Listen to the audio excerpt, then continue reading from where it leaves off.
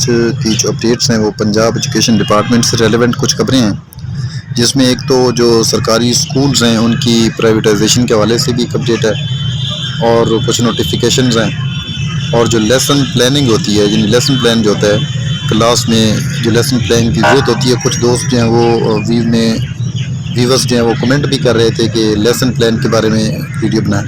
تو lesson plan جو ہے اس کی گائیڈنس جو ہے، یعنی اس کی رہنمائی کے حوالے سے ایک کچھ انسٹرکشنز ہیں، کچھ پوائنٹس ہیں، وہ بھی میں اس ویڈیو کے ساتھ شیئر کرنے جا رہا ہوں۔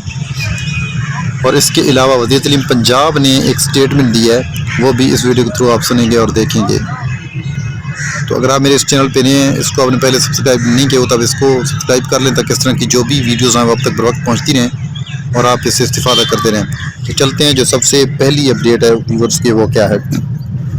جی ویورز، تو تیسرا فیز جو ہے پنجاب نیوز کے ہائی سکول جو مڈل سے اپ گریڈ ہوئے لیکن اساتذہ پورے نہیں ہوئے، وہ بھی پرائیویٹ ہوں گے، اور ایسے پرائمری سکول جن میں 2 اساتذہ ہیں لیکن تعداد 100 سے زائد ہے، وہ بھی تیسرے فیز کا حصہ ہوں گے۔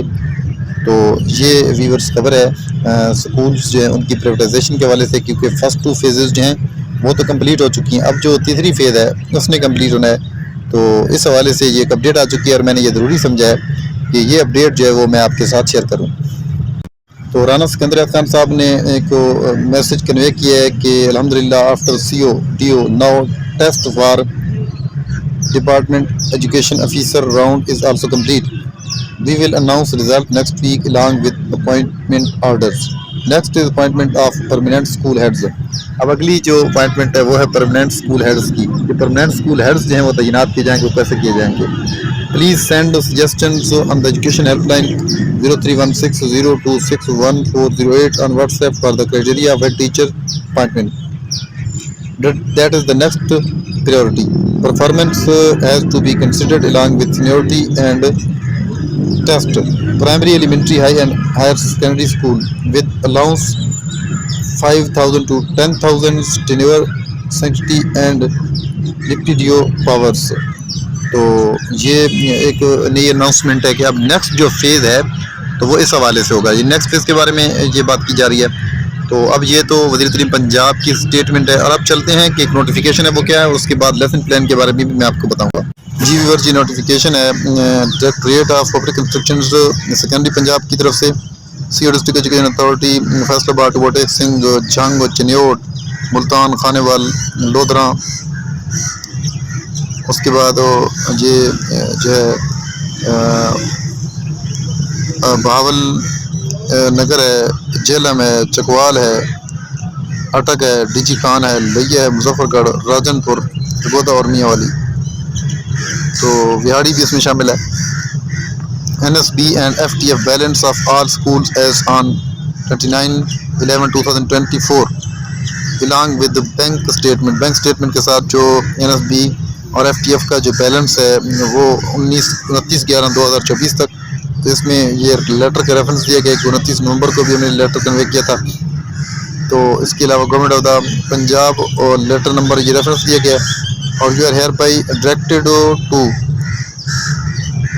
prepare hard copy booklet so for performa schooling performa PSRP phase 1 schools and performa C for PSRP phase 2 schools separately, and also attach bank statement of NSB, FTF and other account of each and every schools. اور نیچے آپ دیکھ رہے ہیں کہ یہ signature بھی ہیں باقاعدہ، اور یہ آگے پھر فارورڈ کیا گیا ہے محکمانہ طور پر، جو ہے ڈپٹی DOs جو ہیں ان کی طرف یہ آگے فارورڈ کیا گیا ہے۔ اور نیکسٹ جو ہے وہ لیسن پلان جو ہے نا وہ کیا ہوتا ہے کہ لیسن پلاننگ کے بارے میں آپ کو بتاتا ہوں۔ دفتر district education officer secondary Gujarat کی طرف سے ہے کہ لیسن پلاننگ میں SLOs اور سوالات لکھنے کا طریقہ۔ تو عنوان بالا تحریر ہے کہ دوران وزٹ مشاہدے میں آیا ہے کچھ اساتذہ کرام کو SLOs کی درست پہچان بحوالہ کنسٹرکٹ کرنے میں جو ہے نا وہ دشواری پیش آ رہی تھی۔ تو کنسٹرکٹ کا آسان الفاظ میں مطلب ہے کہ سوال کس ذہنی خاصیت کو جانچ کر یعنی معیر کر رہا ہے، اپلیکیشن انڈرسٹینڈنگ اور نالج میں سے کس لیول کا ہے، اس بابت ریزلٹ ٹیبل ملاحظہ فرمائیں تاکہ SLOs کی درست پہچان کے ساتھ ڈائری تحریر کرتے وقت ذہنی خاصیت کے لیول کو SLOs میں بھی لکھا جائے اور سوالات بناتے ہوئے بھی آسانی ہو۔ ٹیچر جو سوالات بناتے ہیں ان کو جو ہے وہ آئٹمس کہا جاتا ہے۔ مزید برآں اساتذہ کرام سوالات بناتے ہوئے ایس ایل اوز تحریر کرتے ہیں۔ اس بات کا خصوصی دھیان رکھیں کہ سوال نالج ایس ایل اوز یا اپلیکیشن انڈرسٹینڈنگ میں سے کسی ایک لیول پر لازمی مشتمل ہو۔ مثلا کنسٹرکٹ ہے اور پھر آگے سوالات ہیں، آئٹمز ہیں۔ عنوان کیا ہے؟ صبر و تحمل۔ تو کنسٹرکٹ میں نالج ہے کہ صرف سطحی نالج آسان سوالات کے ذریعے پرکھا جاتا ہے، اور صبر و تحمل سے کیا مراد ہے؟ صبر و تحمل سے ہمیں کیا سبق ملتا ہے؟ صبر و تحمل کن موقعوں پر کرنا چاہیے؟ صرف دو موقع تحریر کریں، اور اگر کوئی شخص مسلسل ناانصافی برداشت کر رہا ہو تو اسے کیا کرنا چاہیے؟ تو یہ اس کے سوالات ہیں۔ اور انڈرسٹینڈنگ میں کنسیپٹ کلیئرٹی کے لیے کیا ہے کہ صبر و تحمل انسان کے تعلقات بہتر بنانے سے اس کا کیا تعلق ہے؟ صبر اور تحمل کے درمیان توازن جو ہے وہ کیسے قائم رکھا جاتا ہے؟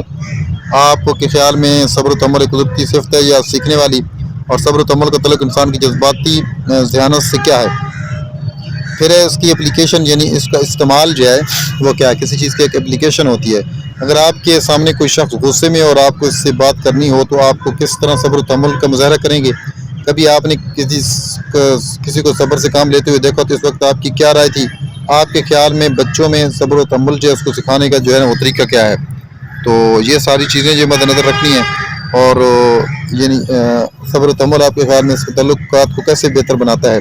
یہ ایک اپلیکیشن ہوتی ہے، یعنی تین چیزیں کنسٹرکٹ کرنے کے لیے ضروری ہیں۔ ایک تو نالج جو ہے اس کا ہونا ضروری ہے، دوسرا انڈرسٹینڈنگ جو ہے، کنسیپٹ کلیئرٹی جو ہے وہ ضروری ہے، کیونکہ کنسیپٹ جب تک کلیئر نہیں کرایا جائے گا اسٹوڈنٹ جو ہے وہ اس چیز کو پک نہیں کر سکیں گے، ان کو سمجھ نہیں آئے گی، ان کی کلیریفیکیشن بات کی جو ہے وہ صحیح طریقے سے نہیں ہو سکے گی۔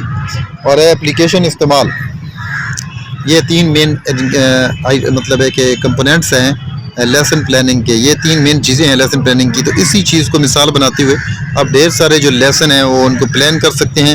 اسی چیز کو ایک مطلب ہے کہ یہ سمجھایا گیا جسٹ، اور بھی کافی مثالیں دی جا سکتی ہیں۔ جو ٹاپک ہوگا اس سے ریلیٹڈ کوسچنس آئٹمس بنانے ہیں، اور اس سے ریلیٹڈ جو ہے وہ مطلب کنسٹرکٹ کرنا ہے۔